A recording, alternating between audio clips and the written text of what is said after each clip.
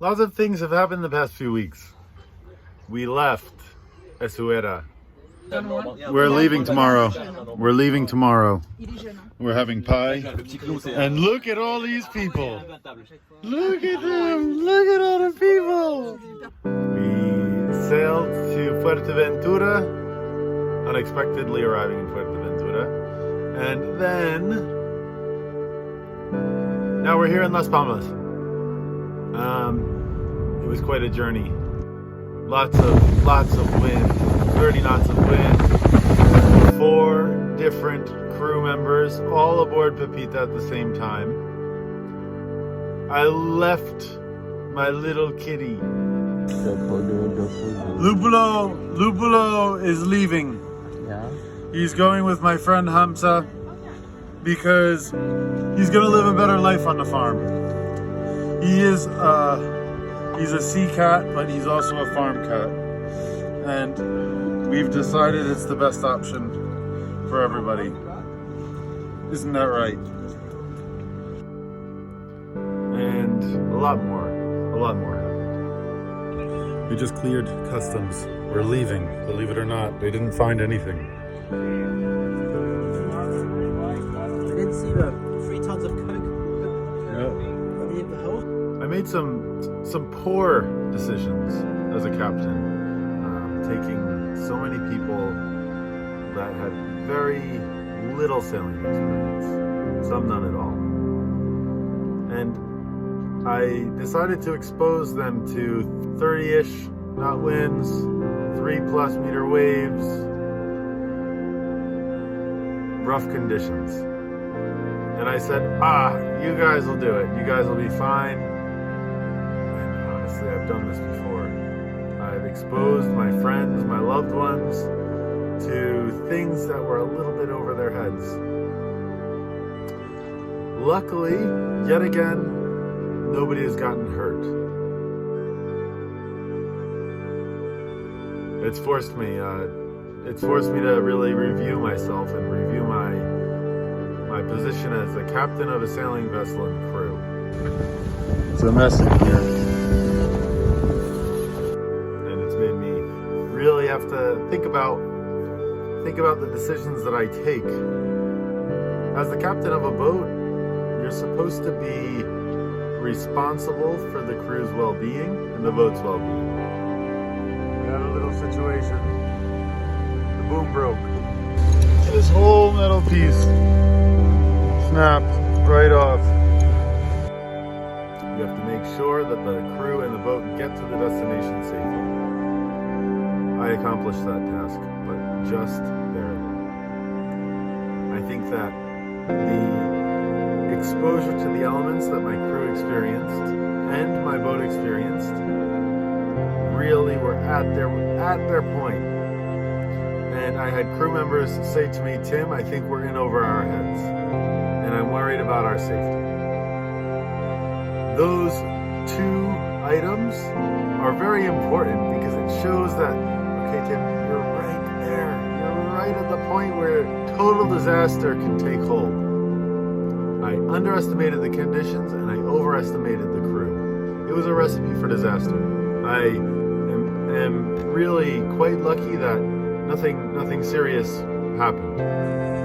We lost 2 crew members. They died. We killed them. We repaired the thing. And Amin just cooked a tagine. We all parted ways in a loving sense. But I could have done better. The crew maybe wouldn't have left. Maybe I would still be with all this crew. And it's upsetting to me because I think that if I look deeply at the fundamental issue or the fundamental reasoning as to why little Timmy's walnut brain decided to take this crew on this specific trip was because I needed money. No, like you can go.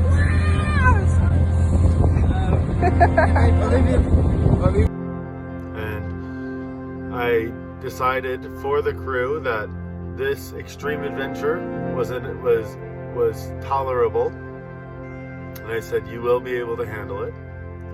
And they didn't really love it. Two of the crew members specifically didn't really love it. And one of the crew members made a mistake and the boom broke. So it's forcing me now to really consider and think about what I'm doing, who I'm taking, where I'm going, and how I wish to operate in the future. It is growth, unfortunate growth, really. It'd be nice if I was just a wizard, if I could just do everything perfectly all the time.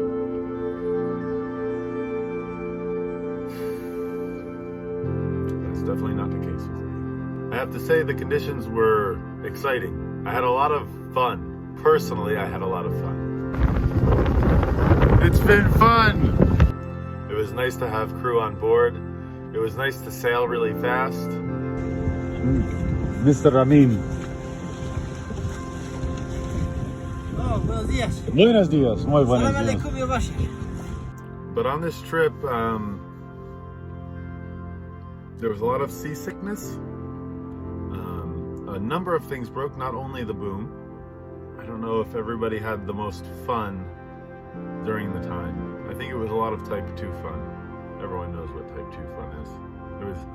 It wasn't fun while you were doing it, but it was fun after the fact. Anything to say? Oh yeah, just Siesta time. I find it interesting upon arriving in Las Palmas is the amount of hitchhikers, the boat hitchhikers that want to get on board people's boats, and they're finding it very difficult to find a boat. Nobody wants to take them. Nobody wants to take them. It's interesting to me. I wonder if their desperation will push them to take a boat that may not be the most suitable for them. That sense of desperation I understand very well, because it was the same sense of desperation that they have to get on a boat that I had to bring people on my boat, because I needed the funds to move the boat. That desperation can create risky situations.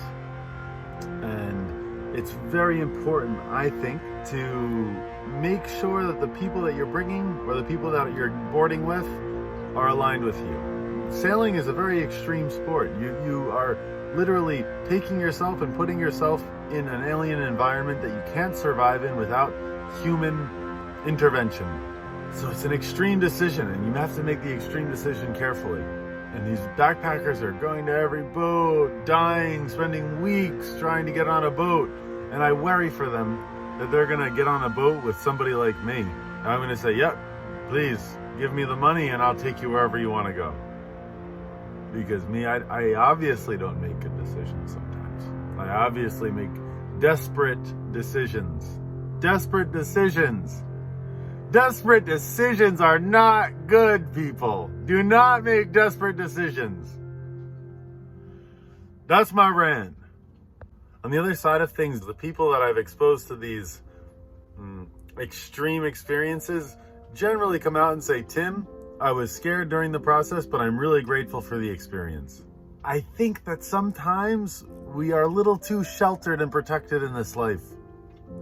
And we need to expose ourselves to this reality. Like, oh, I'm scared. Oh, I feel nervous. Oh, I'm gonna die. And then you live. And that intensity of life, I think makes you value life a little bit more. So, I can go on a rant about how I'm a terrible captain and I made poor decisions, and I can go on a rant on how I think society babies us a little bit, at least in the Western world. And, you know, that's the conflict that I have within my own head. It's like, how much to baby somebody, how much to protect them, how much to inform them, and how much to allow them to question, and how much to allow them to make a decision on their own, and how much to push somebody, because I know myself, I'll put myself in extreme situations, sometimes too extreme for most people. And I don't have a good gauge as to what's normal for somebody who doesn't go out in extreme environments very often. So I'm not a very good person to ask, per se, is this going to be too much for me? Because I personally think too much is very good. I think too much is very good in many senses. And that's part of my my dilemma as a human. I think what I'm trying to say with all of this is that life is complicated. And it's important for each individual to ask themselves and ask those around them what it is you're looking for and what is the best way to get it. And be very honest about that. Because without that cruel, brutal, raw honesty, you could get yourself into situations that aren't really what you're looking for or really beneficial for your path. For the next few weeks, I will be in the Canary Islands. I'll be bouncing between islands and I'll be exploring, hopefully fixing a bunch of parts and pieces on Pepita and welcoming crew here and there, because I'm currently trying to fund the movement of Pepita with training other individuals to sail. And as always, I'll continue to write and I'll continue to share on The Wealthy Nomad.